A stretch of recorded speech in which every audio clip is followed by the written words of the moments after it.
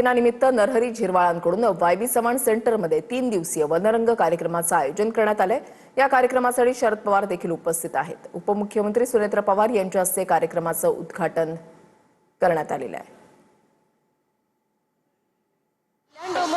जागतिक आदिवासी दिनाच्या निमित्तानं वनरंग कार्यक्रमाचं आयोजन करण्यात आलेलं आहे आणि या कार्यक्रमाला शरद पवारांची देखील उपस्थिती आहे। Yugendra Pawar, Bigg Boss fame Shiv Thackeray, Kalyan Dombivli महानगरपालिकेमध्ये झालं आहे। आपलं दीप प्रज्वलन देखील झालं आहे। त्यांच्यासोबत जंतर मंतरवरच्या आंदोलनाच्या निषेधार्थ चेंबूरमध्ये मूक मोर्चा निघतोय। विद्यार्थी आणि भाजप कार्यकर्ते या मोर्चामध्ये सहभागी झालेले आहेत।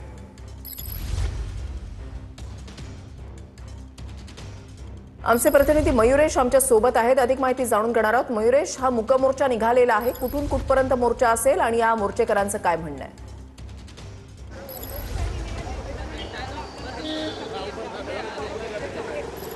नक्कीच ऋषाली, आपण जर बघितलं जंतर मंतर दिल्ली या ठिकाणी जेएनजी आणि काँग्रेस जनता पार्टीकडून त्या ठिकाणी आंदोलन सुरू होतं आणि शिक्षण मंत्री यांचा राजीनामा त्या घेतल्यानंतर आता बीजेपी म्हणजे भाजप आणि विद्यार्थी आता यांनी मुखमोर्चाला सुरुवात केलेली आहे। चेंबूर नाक्यापासून ते स्वामी विवेकानंदन पासून ह्या ठिकाणी या मोर्चाला सुरुवात झालेली आहे। आपण जर बघितलं मुखमोर्चा आहेत, नीट पेपर फुटी आंदोलनाच्या आडून देशात अराजकता अशांतता पसरवण्याचा प्रयत्न करणाऱ्या देशविघातक शक्तींच्या विरोधात हा मोर्चा आहे। कारण की आपण जर बघितलं त्या आंदोलनामध्ये पंतप्रधान नरेंद्र मोदी यांना जी काही अपशब्द वापरले आहेत आणि त्या विरोधात आता भाजप आणि आता हे विद्यार्थी जे आहेत ते रस्त्यावर उतरले आहेत आणि संपूर्ण रस्त्यावर जर आपण बघितलं विद्यार्थ्यांनी हातामध्ये तिरंगा झेंडा घेतलेला आहे। तसंच अनेकांचे फलक देखील पाहायला मिळत आहेत। जेएनजी देशाचं भविष्य ठरू शकत नाही, झुरळ नाहीत असे आशाचे फलक आपल्याला प्रत्येक भाजप कार्यकर्त्यांच्या हातामध्ये पाहायला मिळत आहे। कारण की